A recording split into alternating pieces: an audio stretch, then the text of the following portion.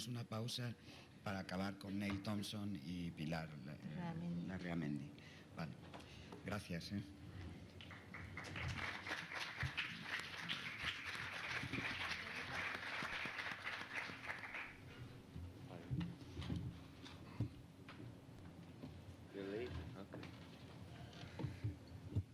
Muchísimas gracias, pero no voy a hablar en español. Thank you very much, especially to Muchísimas gracias, sobre todo a Luis y a Karen y a Miguel y a Javier y a todos los del equipo. Y también gracias por las maravillosas obras artísticas que hemos visto. And I think I need to get linked up.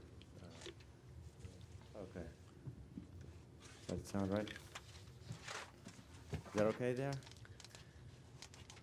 I just wanted to, apropos of the last remarks we just heard from Angela and Luisa, I wanted to just mention before I gave my prepared remarks pasar directamente a mi presentación, la presentación que he preparado, quería decir algo.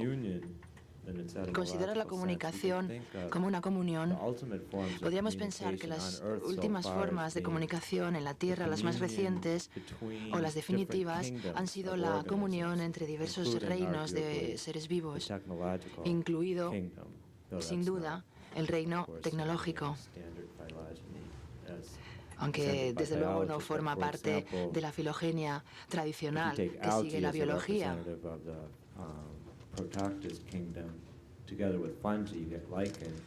Si tenemos en cuenta, por ejemplo, los líquenes o los hongos, pues podemos llegar en esta filogenia luego a las plantas y luego a los bosques.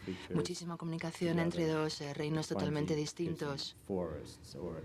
Los hongos nos dan los bosques o, por ejemplo, las bacterias, que son también forma de comunicación. El lenguaje, en este caso, es el propio organismo. El organismo en sí mismo está en comunión material con otros organismos, así como existe esta comunicación entre los humanos y la tecnología para la creación de esta especie de superorganismo que podemos plantearnos. Esta es una forma interesante de plantearse los límites de la comunicación, como la formación, en realidad, de una entidad totalmente nueva. Los astrofísicos y los teóricos de la termodinámica, Eric Young dijo, cuando dos personas hablan, hay nueva información en el mundo, así que cuando hablamos con alguien, surge siempre algo que a lo mejor no teníamos previsto decir, ni tampoco ellos. Otro ejemplo de que el sonido es más que la suma de las partes. ¿Podemos atenuar las luces, por favor, apagarlas del todo? The house lights lowered all the way. That's great. Can you just bring them all the way down? Because I can see. Todas las luces, por favor. Gracias. ¿Cuál es la naturaleza del lenguaje, de la ciencia y del arte? En esta presentación, mi tesis es que el lenguaje es más que humano, trasciende lo humano, existe en organismos muy sencillos, así como en organismos que son superorganismos. Listas o colecciones de criaturas que se comunican, como nosotros que estamos aquí hoy. De hecho, contribuye a vincular a los seres vivos entre sí y a transformarlos en individuos en niveles más elevados de organización. El lenguaje está relacionado con la termodinámica, la ciencia de la energía, porque la comunicación se da entre sistemas abiertos que ya están intercambiando materia y energía con su entorno. Este es complicadísima estructura donde el signo del lenguaje y los valores que se utilizan para la representación superan su contexto. Tenemos aquí una definición de una termodinámica que no está en equilibrio. La termodinámica que no está en equilibrio sería por ejemplo, la de los sistemas abiertos, el estudio del flujo de energía en sistemas abiertos, que luego llegó a considerarse como un subconjunto de la termodinámica tradicional, pero resulta que como la mayor parte de los sistemas más interesantes del universo están abiertos, son sistemas abiertos, podríamos entonces considerar que la termodinámica del no equilibrio es mucho más general que la otra. La termodinámica nos ofrece un contexto natural para comprender la comunicación. Yes, writes French literary critic Maurice Blanchot. Maurice Blanchot, un crítico literario francés, dijo que el lenguaje es una cosa escrita, un poco de corteza, un poquito de roca y un fragmento de arcilla donde la realidad de la Tierra sigue existiendo. Aunque pensamos que la comunicación, la lengua y la ciencia son humanos y conscientes, la mayor parte es inconsciente. Las hormonas envían señales dentro de los organismos, feromonas, que salen de los organismos. Las emociones también son forma de comunicación, una forma además preverbal. Consideramos las señales que enviamos, por ejemplo, cuando nos ponemos rojos o cuando a un animal se le ponen los pelos de punta. Uno de los primeros signos se utilizaron para materiales que no tenían que ver con la comida, o que no eran comida, pero que sí estaban asociados con la comida. Primero se encuentra el símbolo y luego el objeto. La segunda ley se basa en observaciones. La observación de que el calor inevitablemente fluye hacia el frío y no viceversa. El principio o el descubrimiento de este principio sugiere que todo el universo acabaría llegando a un punto muerto cósmico que acabaría desapareciendo. Normalmente la energía se disipa, lo que hace que el movimiento perpetuo sea imposible. Descubrimiento que se hizo en el contexto de demostrar la eficiencia de los motores de vapor. Yo digo que la ley de Murphy, las leyes de Murphy,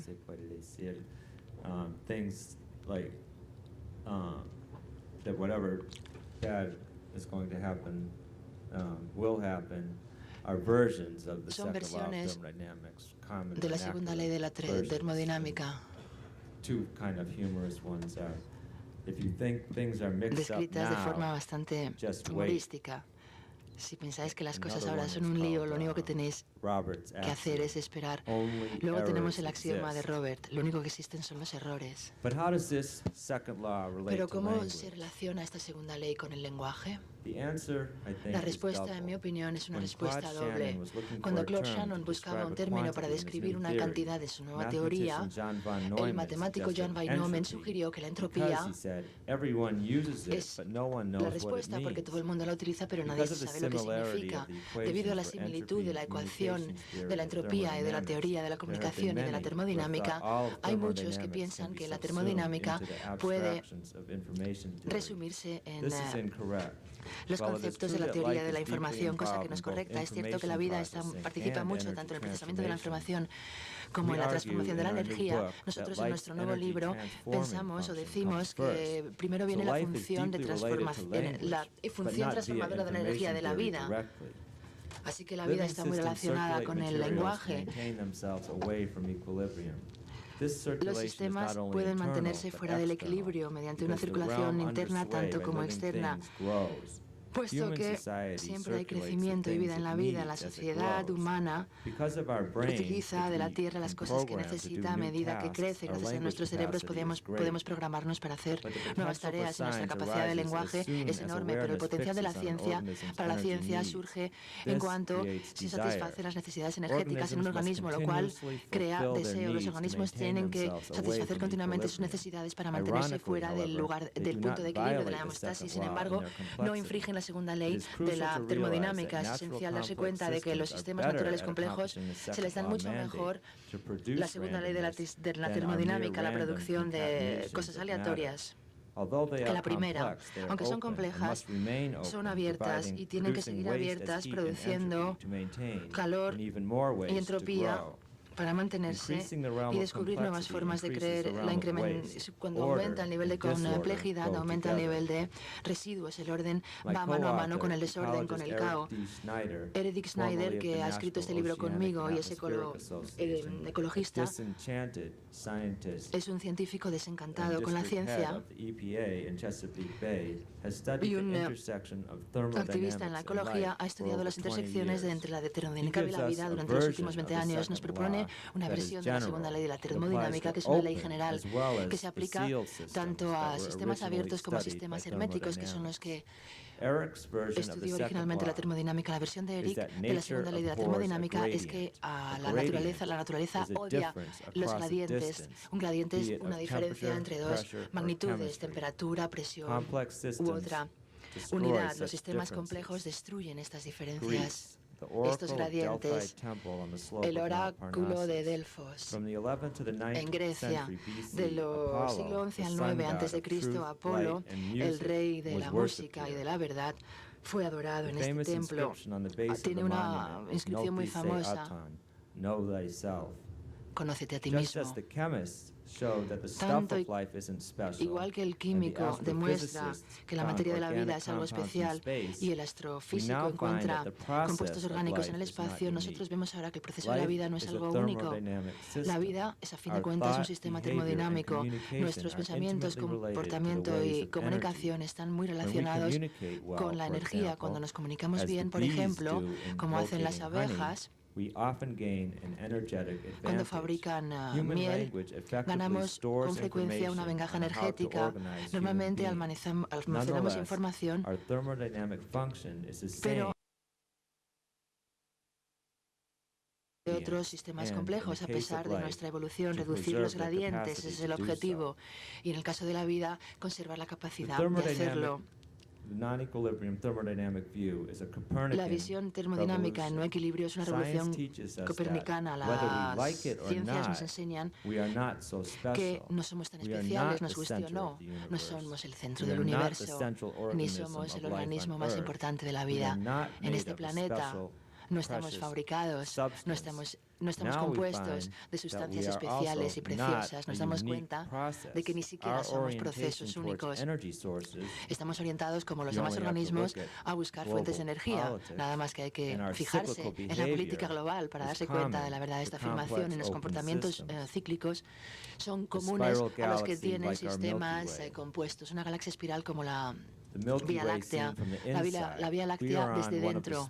Nosotros estamos en uno de los brazos más lejanos de la Vía Láctea. Copérnico nos llevó desde el centro del universo y luego Darwin nos alejó y nos expulsó del reino de los ángeles. Vino la termodinámica para demostrarnos que formamos parte de sistemas complejos, pero que no somos únicos, sistemas que siguen funcionando y reproduciéndose hasta que utilizan toda la energía disponible. Vemos aquí el Sol, una radiación gracias a la cual hay vida en el planeta. Todo este planeta es un sistema termodinámico abierto, cuya falta de equilibrio y cuya química atmosférica en no equilibrio puede transmitir una señal a los extraterrestres que existe vida en el tercer planeta de nuestro sistema, el origen de la hipótesis de Gaia.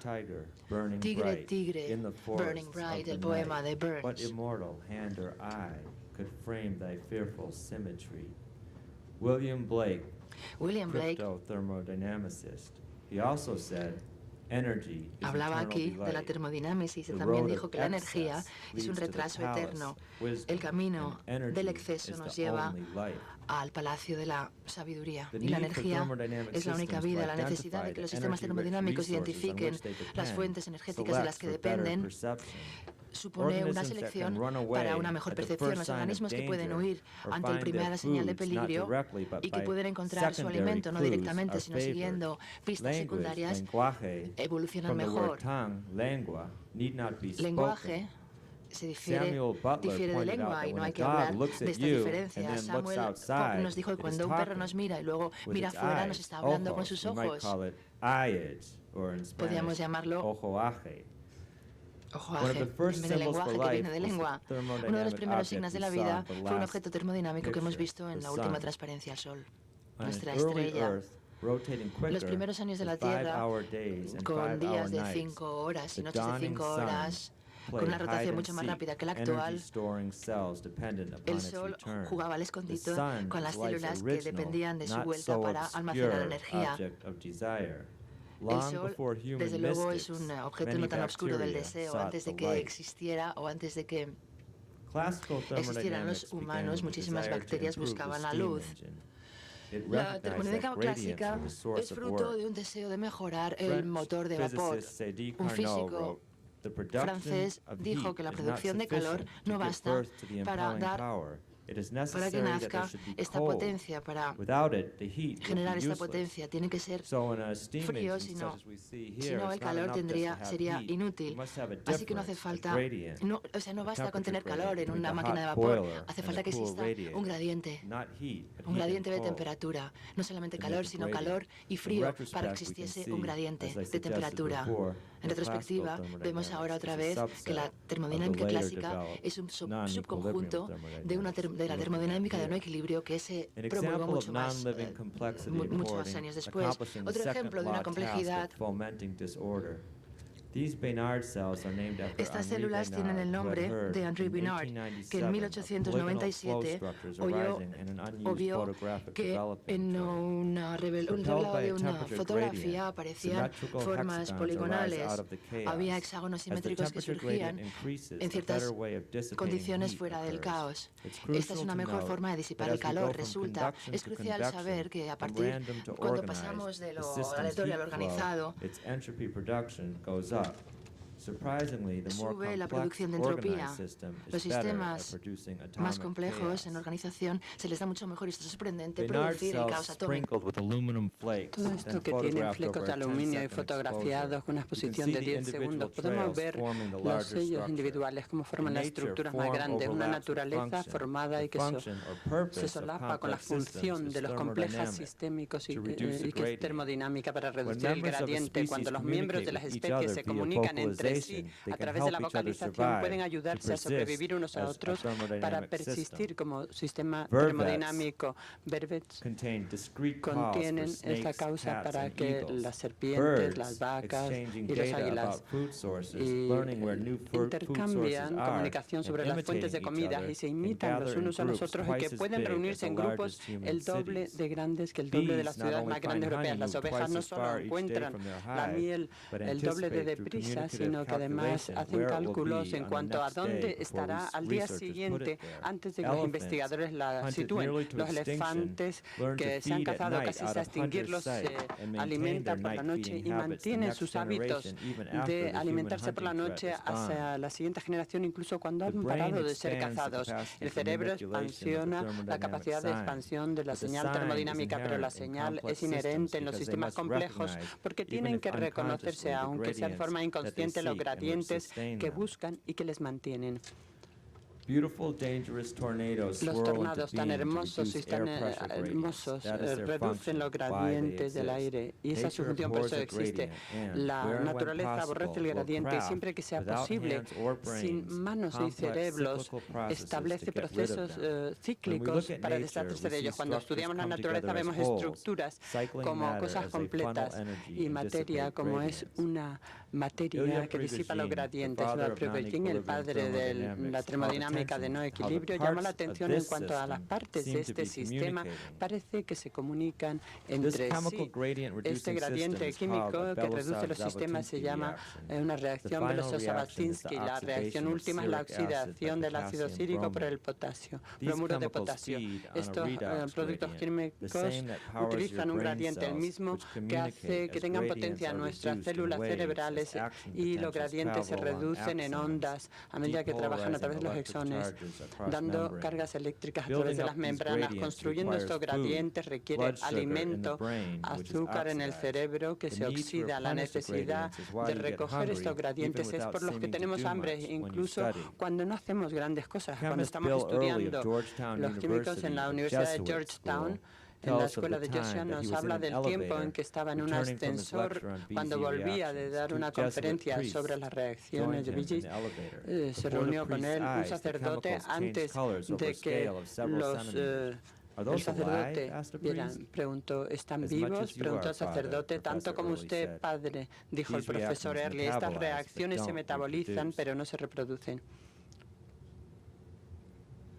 Esta máquina experimental consiste en 2 cilindros de rotación que establecen una gradiente de rotación del cual hay unos vórtices. Cuando incrementan, los vórtices se multiplican y estos son de 2, 4, 6, 8. El cometa Hale-Bopp de 1986, aunque el agua y otros precursores de la vida pudieron venir a la Tierra desde el espacio de la Luna y de Marte, muestran que este bombardeo que tiene lugar durante el origen del sistema solar iniciaron los océanos y hirvieron durante varias veces, y es lo que es más de 10 a 20 metros habían subido. Estos bombardeos, cada uno peor que cualquier guerra nuclear, hizo el origen de la vida muy difícil. Sin embargo, todas estas rocas que podían poner microvesículos, las trazas químicas van atrás a 3.200 millones de años. La vida apareció muy temprano, quizá a partir de un gradiente. Aquí vemos una fotografía que se llama Hale-Bopp desde Marte. Es una fotografía del año de Time, del año 1998, pero el título es una mentira. No está tomada desde Marte, sino desde California. Y se la muestro porque quizá piensen que aquí no hay vida, pero de hecho hay mucha vida, alguna bajo tierra. Y de acuerdo con un físico, Freeman Dyson, cito, 4 descubrimientos experimentales llegaron en rápida sucesión para hacer que la nueva fotografía fuese posible. La fotografía de la que habla es de la vida, un sistema complejo como los demás que ya les he mostrado y que proceden en la vecinidad de un gradiente, un gradiente de reducción de vecinidad. Esto que arde cuando entra en la atmósfera, este es el primero de los 4 descubrimientos experimentales, la existencia que está en un entorno de ácido caliente por debajo de la superficie de la Tierra. La dureza de estas rocas, las arqueobacterias, incrementan las oportunidades de que la vida adaptase debajo de la superficie sobreviviera a ese primer periodo de los bombardeos. Y aquí vemos un pequeño vídeo. Otra línea de evidencia sugiere el origen de la vida para reducir los entornos debajo del mar. Estos son unos gusanos que no se vieron hasta el año 74, cuando John Corliss descendió y vio estas almejas enormes y estos gusanos rojos. El gradiente químico que comen es el sulfato de óxido, que está en las profundidades oceánicas. Sin alimento ni vida obtienen alimento de estas reacciones químicas. El rojo del tubo procede de una forma de hemoglobina que incorpora el sulfuro.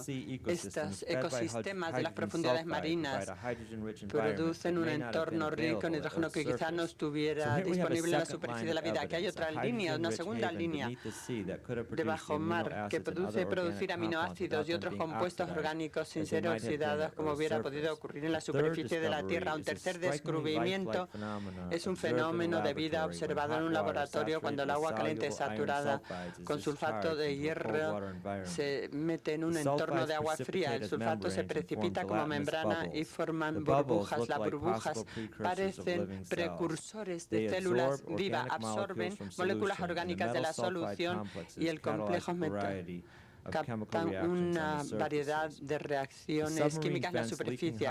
El submarino lanza gases en su interior que da alimento. Estaba hecho de sulfato de hierro y que suelta energía para reacciones químicas muy complejas en distintas formas, y el efecto de algunas de estas reacciones puede que sigan existiendo en nuestras células vivas. Hasta hoy, los iones se encuentran en muchos catalizadores metálicos. Otra línea de evidencia que no menciona Dyson es el reciente descubrimiento de que este tipo de células, como las nuestras, producen 1000 veces más sulfato de lo que cabría esperar, pero el sulfato no tiene función en la actualidad y las células lo desintoxican inmediatamente.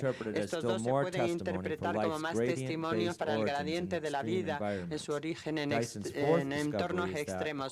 Estos descubrimientos dicen que, de acuerdo con el biólogo Carl Wasser, la secuencia de ARN hipotética es el organismo más primitivo de la Tierra. Los arquibacterias tienen un metabolismo de sulfuro. En la actualidad intentan luchar en Yellowstone. Estas temperaturas de del agua, ve cómo la evolución en sí parece ser un sistema complejo que crece en la zona de un gradiente. Aquí vemos una fotografía de un satélite del estrecho de Gibraltar. Vemos un microorganismo del océano que vemos en Indiana. La consistencia de la transformación material de la vida le da el carácter científico. Las montañas están hechas de los esqueletos orgánicos de estos esqueletos. Aquí vemos la costa de Dover y estas rocas, estos arrecifes, estas vistas pintadas por Monet. La tiza que se solía escribir en la pizarra está hecho de estos organismos reciclados, pero estos residuos entrópicos, después de que vuelve la vida, pueden ser útiles o bellos. El residuo de un organismo puede ser el alimento para otro organismo. De hecho, estas alianzas son el corazón de la ecología y de la simbiosis. Asimismo, están incluidos en nuestro organismo.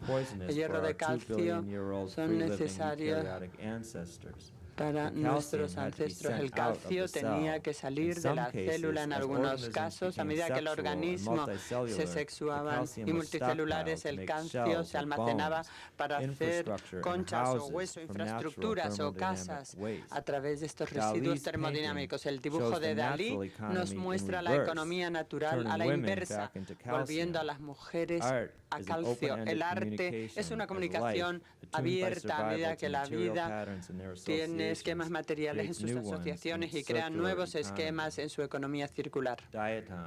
Los diátomos, estos microbios que hacen hermosas formas, tienen silica en los océanos que entran sus pequeños organismos, más diátomos. La parte superior de hace 100 millones de años en Canadá, la parte inferior es uno vivo. Radiolariancias, estos organismos también están hechos de silicona, pero utilizan la energía química de este gradiente en la superficie de la Tierra que produce estas zonas oscuras, más antiguos que una explosión, quizá los primeros organismos con cabeza.